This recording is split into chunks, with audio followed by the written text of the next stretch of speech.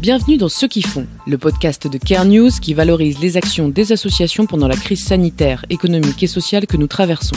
Qu'ils agissent dans les champs de l'éducation, de la santé, de l'emploi, de la protection de l'environnement ou de la lutte contre la précarité, tous nos invités s'engagent pour un monde meilleur, plus égalitaire et solidaire. Ceux qui font, c'est tous les jours un épisode pour découvrir une association, la manière dont elle fait face à la crise, mais aussi connaître ses besoins concrets. Car ceux qui font, c'est aussi vous, chers auditeurs. Aujourd'hui, je reçois Danielle Mignot, fondatrice de Little Citizens for Climate. Cet épisode est soutenu par EPSA Foundation dans le cadre de sa grande cause 2020-2022 en faveur du lien entre enfance et environnement. Bonjour Danielle. Bonjour Louise. Merci d'être avec nous. Alors que faites-vous au sein de l'association Little Citizens for Climate ? Alors, notre association soutient les jeunes dans leur engagement en faveur de l'environnement.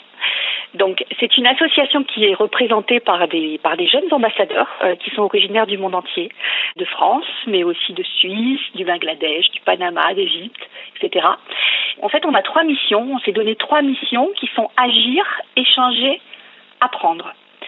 Agir, pas pour organiser des événements, parce que d'une part, d'autres assos le font très bien et qu'en plus, on est très très éclaté géographiquement, donc ce serait difficile, mais pour les relayer, parce qu'il y a plein de jeunes, et de moins jeunes d'ailleurs, qui font des choses formidables un peu partout, et on essaye de leur donner une audience, on essaye de leur permettre de donner envie, de donner l'exemple, de montrer à chacun que ça peut être facile, très facile et même ludique.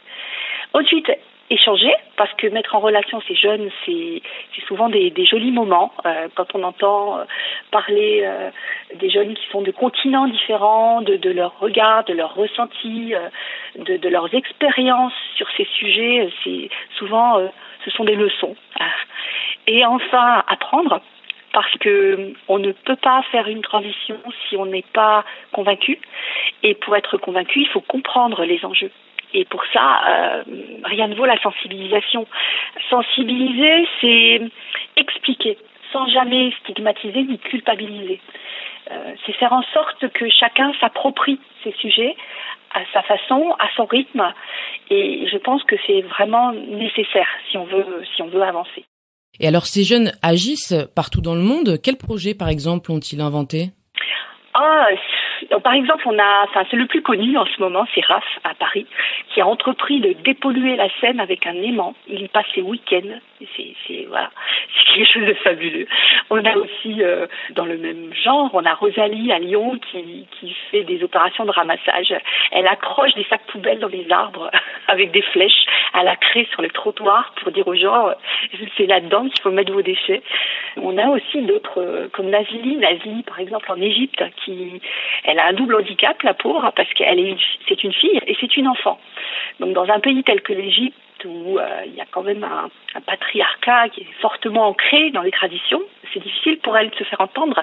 Et le fait d'être ambassadrice Little Citizen, d'avoir un mail à son nom avec le logo d'UNESCO, etc., du coup, ça lui ouvre des portes. Et ça lui permet d'aller faire du lobbying, d'aller convaincre à son niveau, d'avoir des rendez-vous chez le gouverneur ou d'autres personnages influents. On a aussi Sanjid au Bangladesh. Alors lui, c'est formidable parce qu'il a vraiment rassemblé toute une équipe autour de lui. Et ils font des opérations de sensibilisation, donc, dans un pays où il y a tellement de problèmes que ces choses-là, ces problèmes environnementaux viennent après tout le reste. Et il n'a aucun moyen. Par exemple, je lui ai envoyé un ordinateur portable en février, il l'a reçu fin septembre.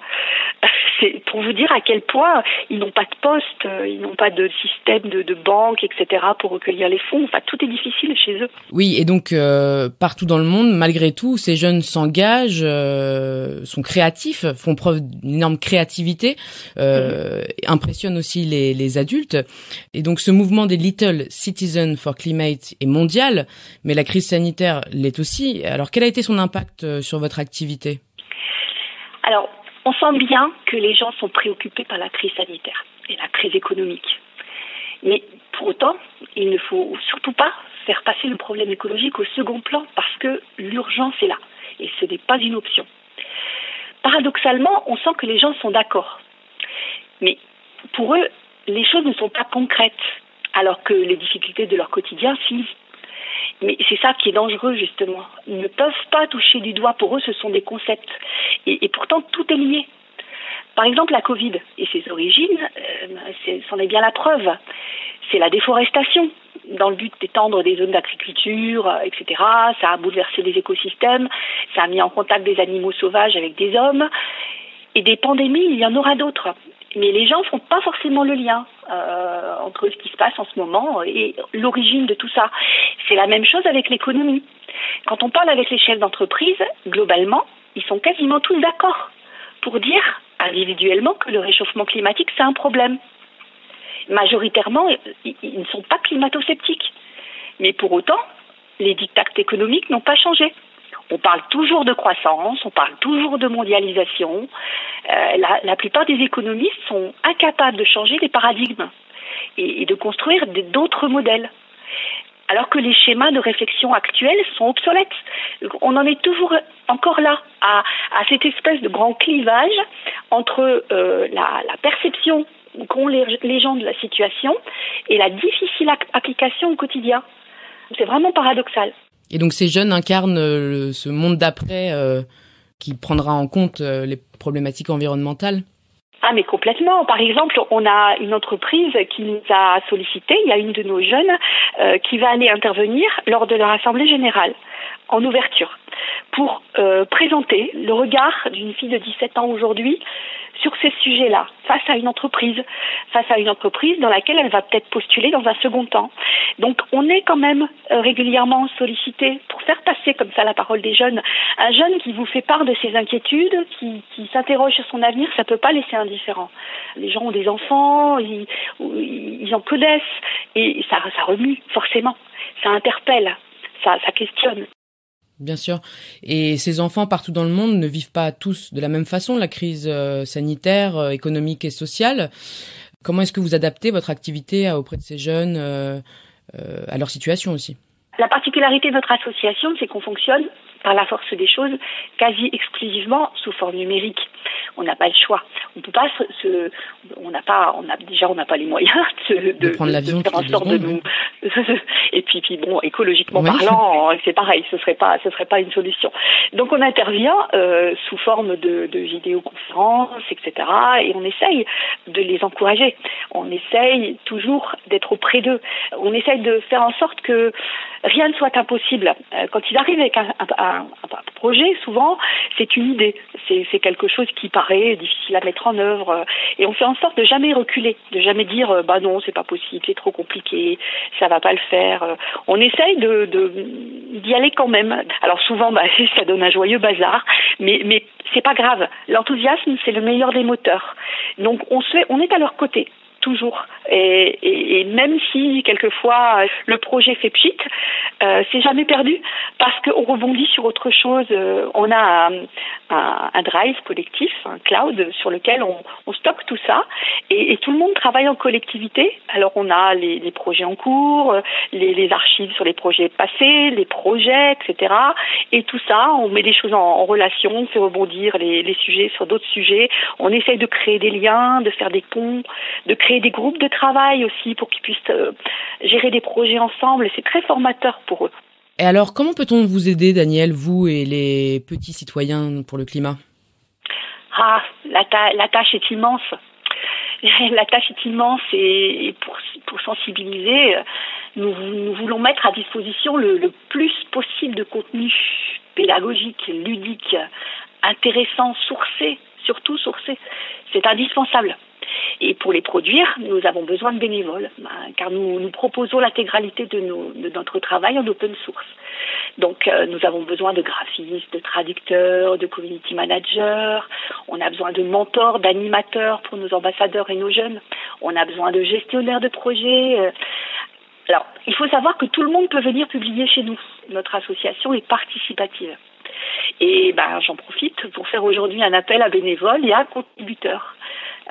Notre association, elle est reconnue d'intérêt général, donc le bénévolat de compétences est possible chez nous. Donc venez nous rejoindre, nombreux.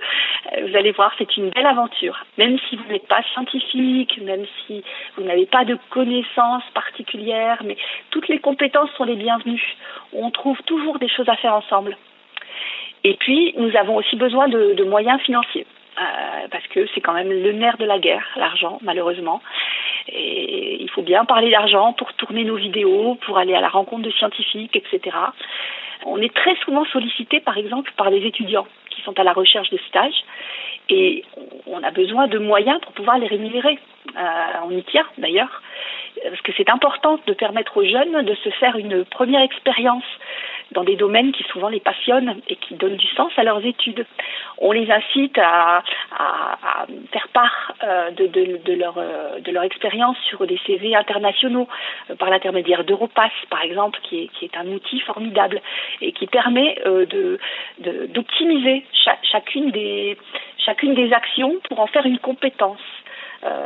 Des compétences auxquelles on n'aurait pas forcément pensé en premier lieu. Donc on les aide pour ça et c'est pour cette raison que nous venons de lancer une campagne de mécénat privé. On a beaucoup réfléchi parce que ça nous est passé dans un niveau supérieur. On espère que ça fonctionnera. Parce qu'une association qui repose exclusivement sur le bénévolat, elle a ses limites. Et si nous voulons pérenniser notre modèle, répondre à la demande qui est énorme, il nous faut des postes permanents.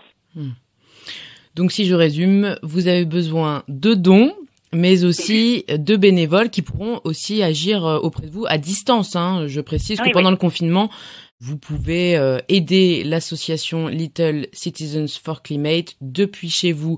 Merci beaucoup Danielle. Avec plaisir Louise. Bonne journée, au revoir. Bonne journée. Merci pour votre écoute et votre engagement. Vous pouvez retrouver toutes les informations pour agir et être solidaire de ceux qui font sur carenews.com.